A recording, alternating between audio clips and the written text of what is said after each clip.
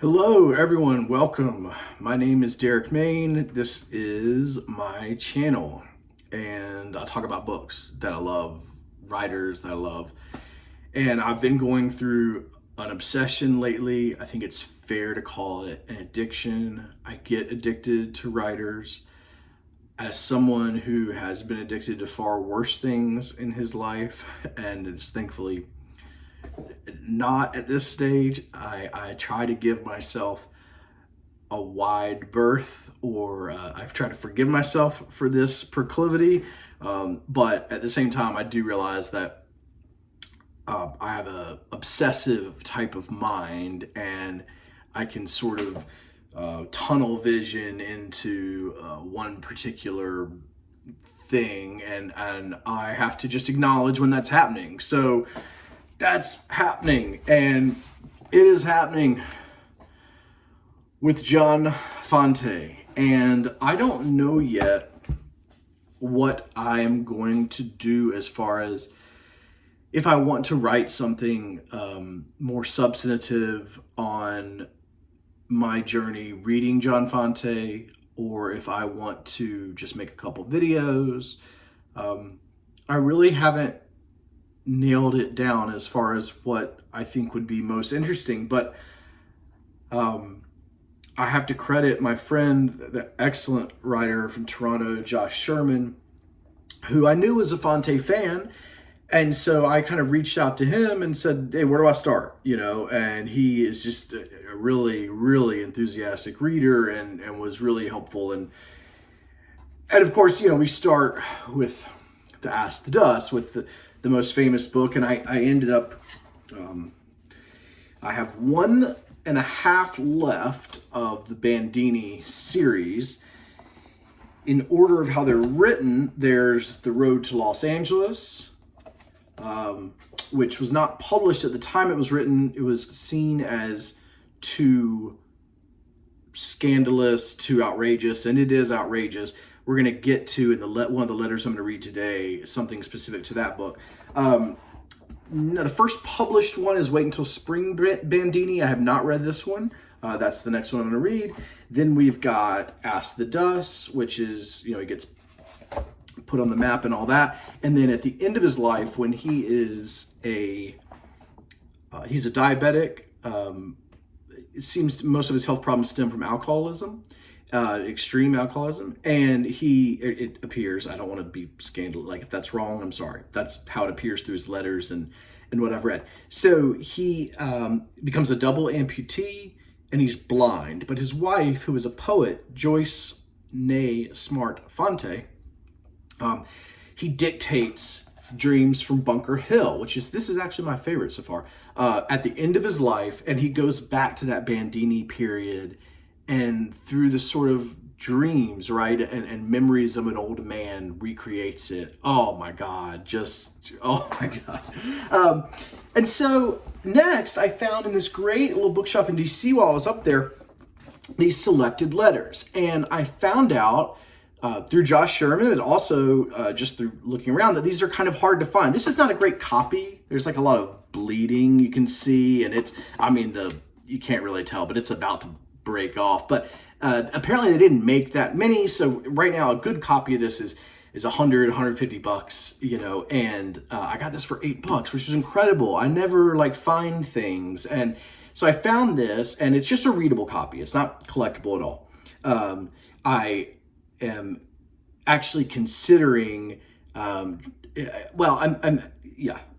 may do something special with this copy to someone that I owe this to. But anyway, I'm going to read today from it, from his letters, and I'm also reading The Wine of Youth, some selected stories. And there's other works, and I'll get to them. I have another letter thing. They only made, I think, 150 of these are to his longtime editor, H.L. Mencken.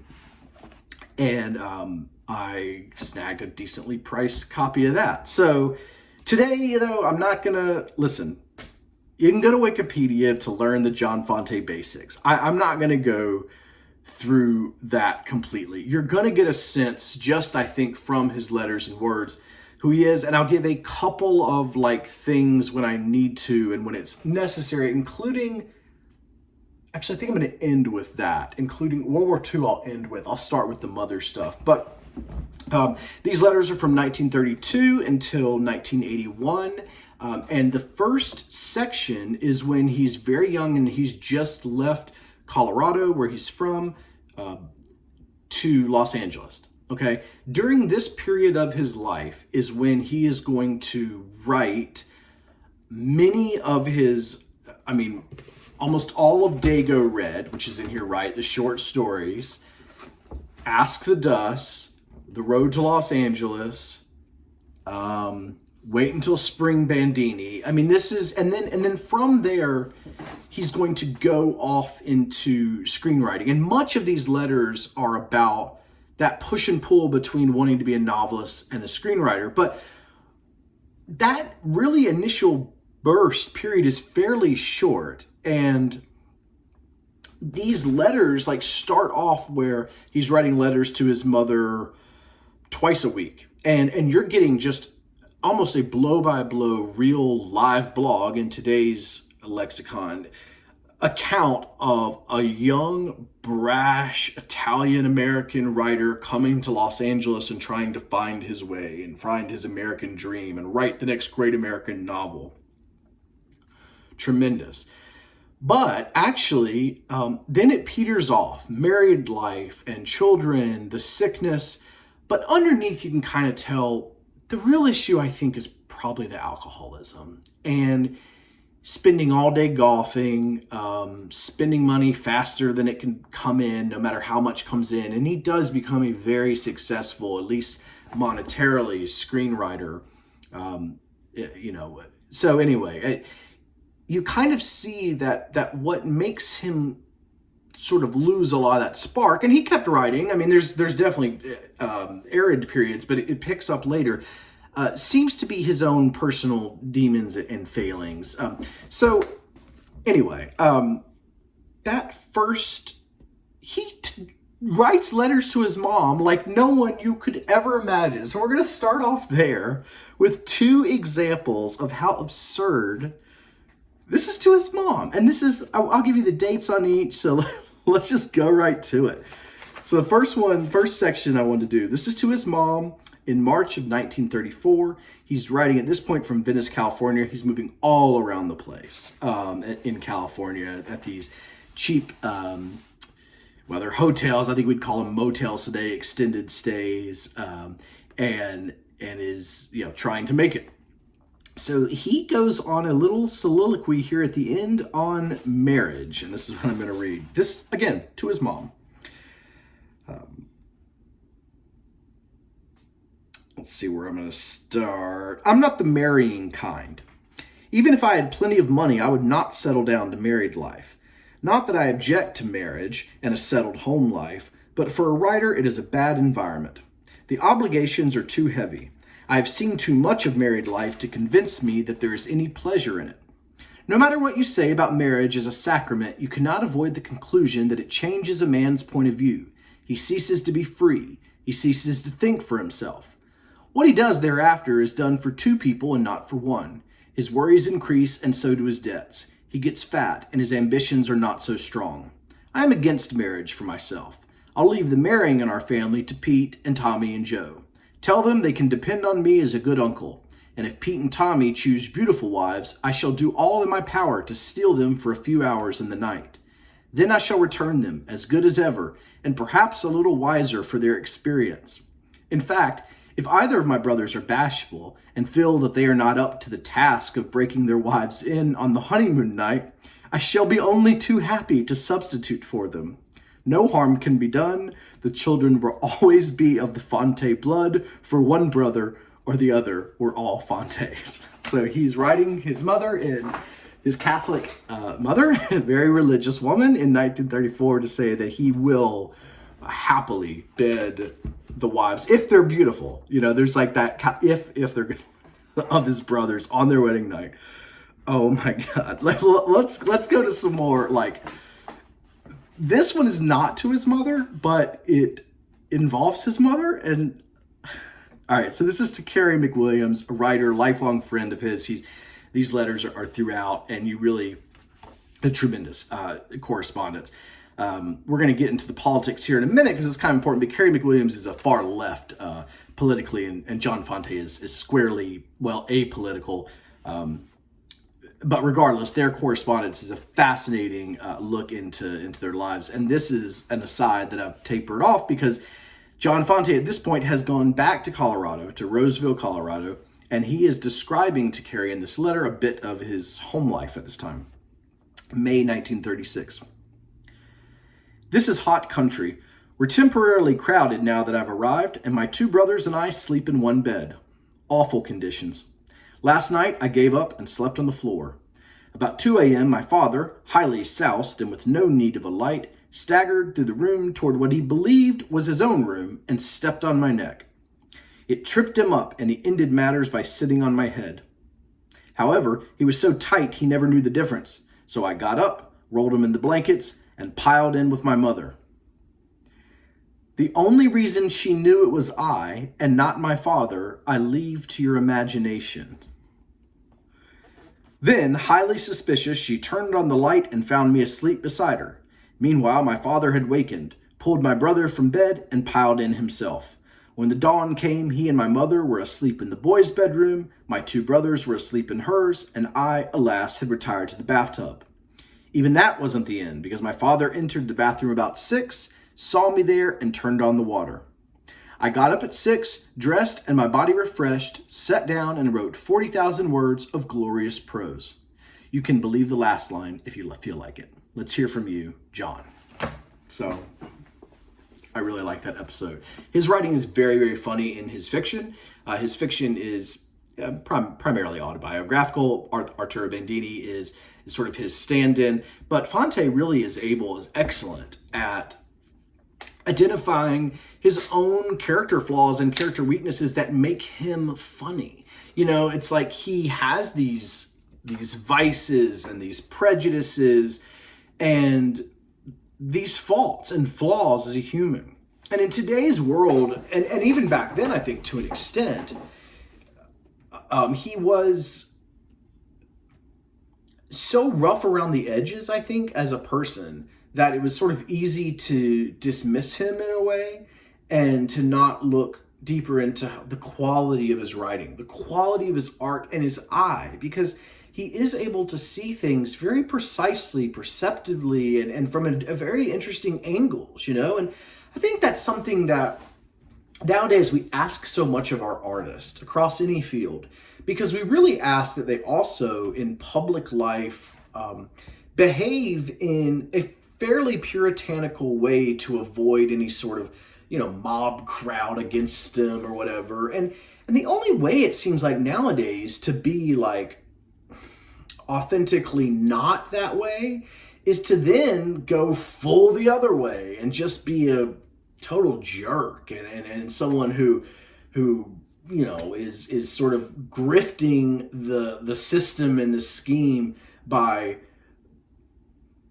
kind of trolling, right? And Fante does something that I really like, and I'm honestly, I kind of try to do, like, I hope other artists will, like, try to do, which is, you don't go to any one of the extremes, right? Like, you do sort of, you're a person with faults, and flaws, and you try to understand those. You try to understand those through your art, and you're comfortable enough to be seen as ridiculous, and you're comfortable enough to be seen as mean. You're comfortable enough to be seen as amateur, okay? Because we're all those things. We're mean, we're amateur, we're ridiculous, okay? But we also are capable of moments of real transcendence and brilliance and beauty.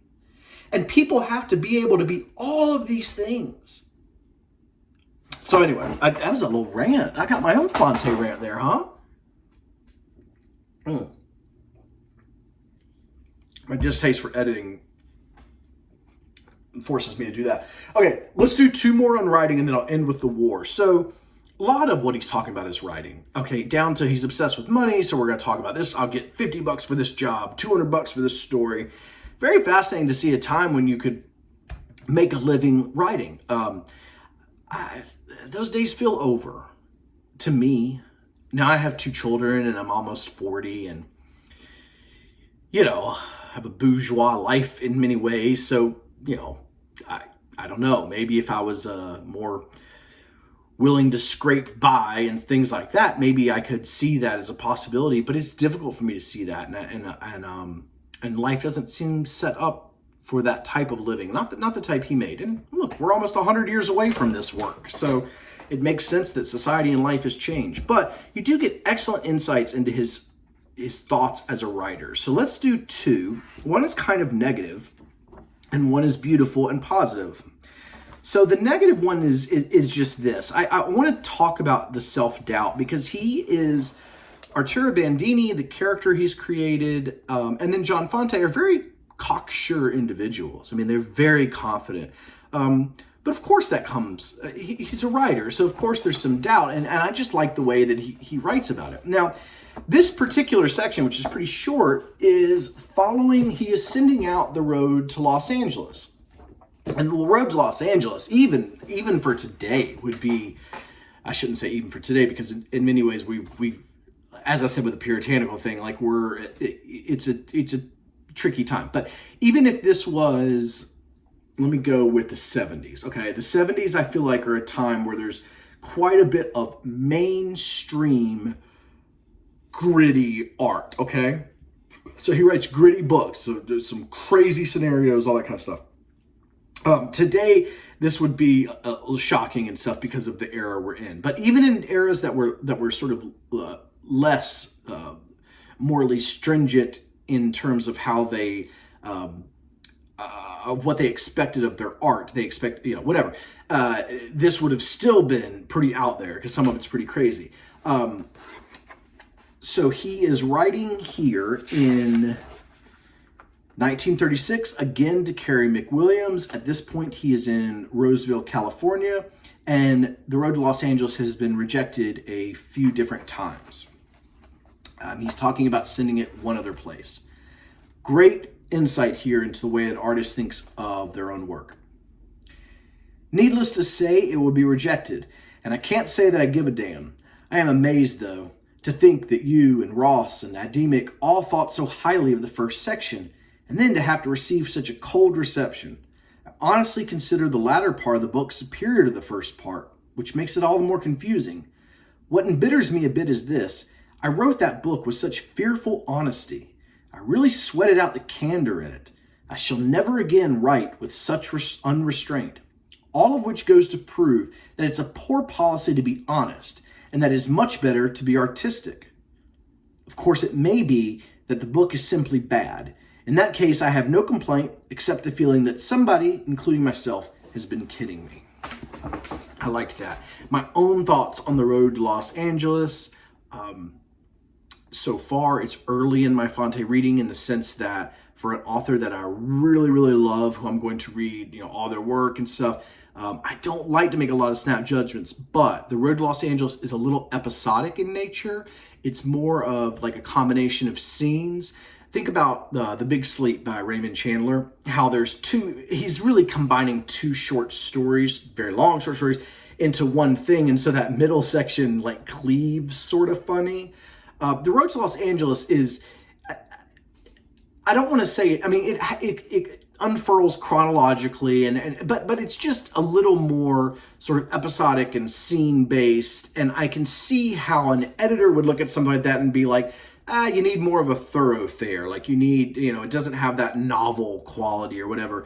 And there is a lot of, in general, by the way, as an aside, interesting stuff in here about the short story versus the novel, both from a financial and artistic and a creation standpoint. So anyway, that's my initial feel. It's not bad, and it's wrong about that, but I kind of do understand why it is that it didn't get the initial like reception from the editors, because these are editors who've already worked with him. Like they love him, they want his stuff, they've seen the work, and they're really just, and you'll see this throughout his life, they're really just trying to push him to write the best stuff he can.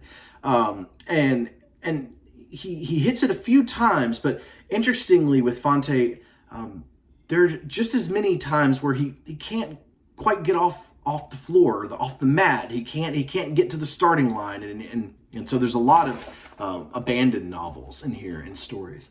Okay, so on writing, now let's go to the nice section. This is a really uplifting, beautiful section on writing. A fan, this is much later, it's 1940, and he's got a fan, Keith Baker, that he's writing to, who provides him with some paper, I guess that's the business that Mr. Baker's in, some clean paper for the typewriter, and it gives Fante a chance to talk on that. So this is in the midst of this, October 13th, 1940, and this is, at this point, Fante's in Roseville, California. I love good paper.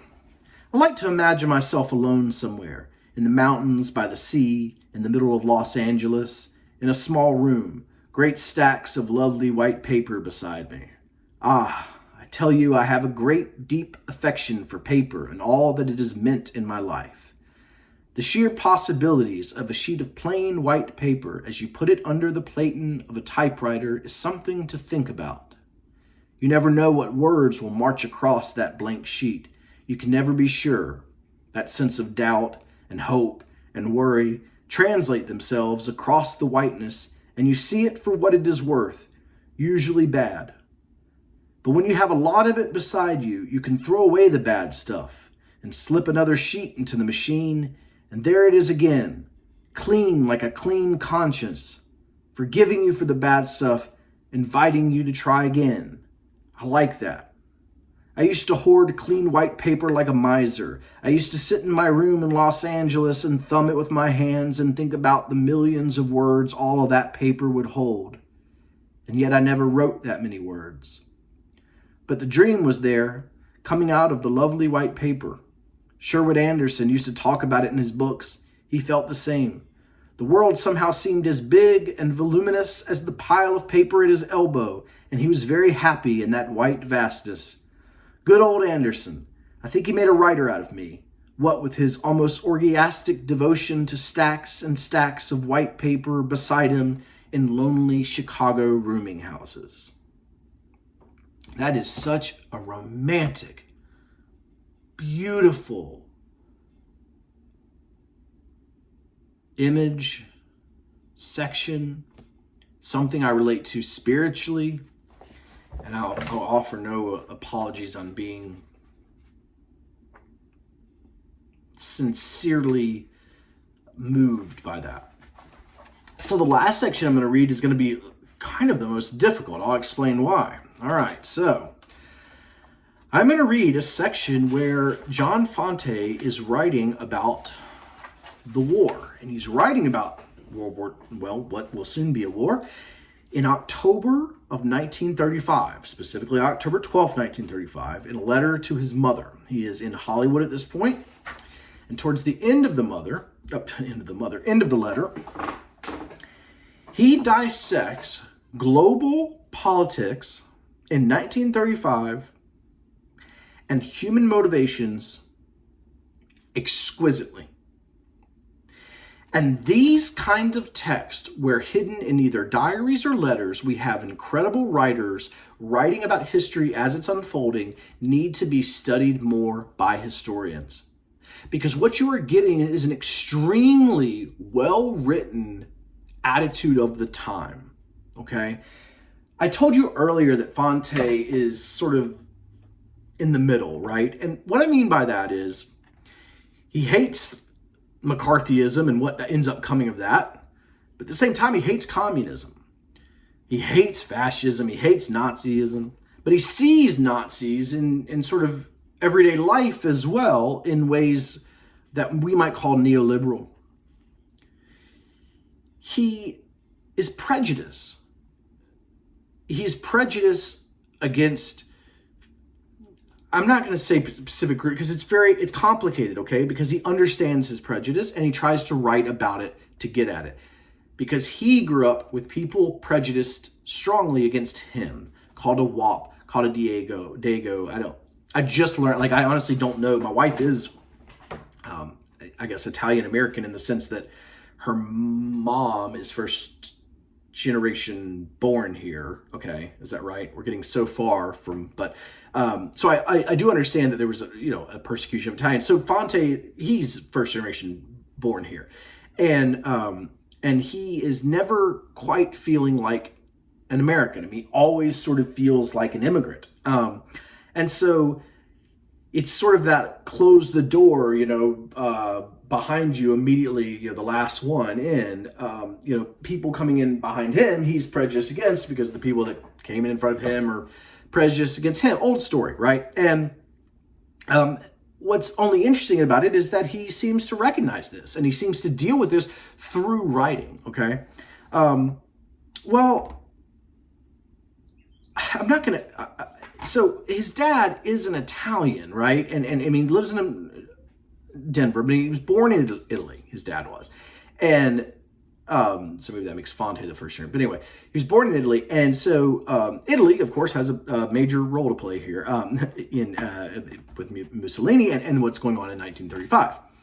So we're going to get his breakdown, and this is the first one in the whole book of this whole war, right? But I am going to skip one word in this, and I'll tell you why. The N word is in here, and I was born in 1982 in North Carolina, and born and raised in the South of America.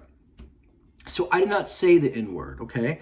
And I do understand that for some people that is not faithful to the text that I'm now reading, and that, if I'm going to recite a text in someone else's words, I need to be faithful to that.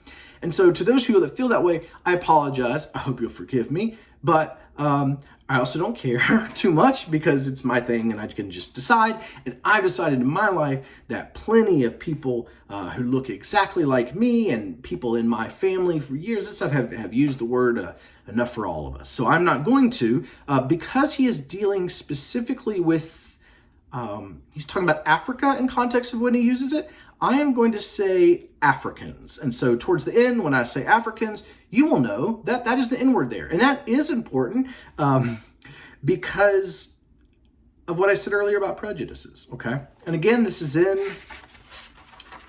1935. I feel like I've been all over the place. This is the last thing I'm going to read. Tell me what you think. I know I'm terrible at responding and stuff, but I do really see everything. And I'd really like to do this more. It's just, I get so in my head, which is, I know, absurd, but of how I come across, or I don't know. I'm just a self-doubting person. I'm also trying to finish a book I'm writing. So the reason I'm doing this today is because today is August 31st, and I need to get literally my last edits out the door before midnight. So I, of course, have decided to not do that and instead to read John Fante to an empty cell phone. How is everyone? I suppose Papa is very much interested in the Ethiopian question. I too am very much interested. God knows where that trouble is going to end.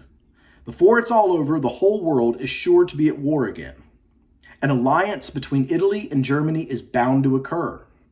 With them will be Austria and Hungary. The four of these countries were badly cheated in the peace treaty at the end of the last war. Now they want to get what they feel rightfully belongs to them, and the only way they can get it is by fighting for it. When that happens, we'll all be soldiers again. I, for one, refuse to be a soldier. The only war I care to fight is the one I start myself. And that's why I want a lot of money. Because with money, you can escape the horrible results of war. You can move to a neutral country and stay out of the stinking mess. The war is coming, no doubt about it. And it's going to be a terrible, gruesome war. I won't have any part of it. The poor Italians. In Italy today, as well as in Ethiopia, it is the mothers and fathers of soldiers who are suffering. I don't feel sorry for the soldiers. They are goddamn fools and deserve exactly what they receive. But on the farms and along the Italian countryside are the thousands of poor people who have sweated and slaved for a decent living, trying to make a few pennies that bring a meager happiness, and after being taxed to death, told to shut up, and continually persecuted by both the church and the government, They now face the prospect of years of misery from a war that will starve them, horrify them, and kill them off like rats in a cellar. And why? Because mankind is a fool. Because men never learn. Do you know that if Tommy, Pete, and I had been born in Italy, we would at this moment be down in Africa killing off a lot of stupid Africans and probably being killed ourselves? Italy will lick Ethiopia easily, but she can't lick the British, and she won't lick anybody in the end. In the end, it all amounts to misery and wasted blood and a nation shot to hell. Be good to folks.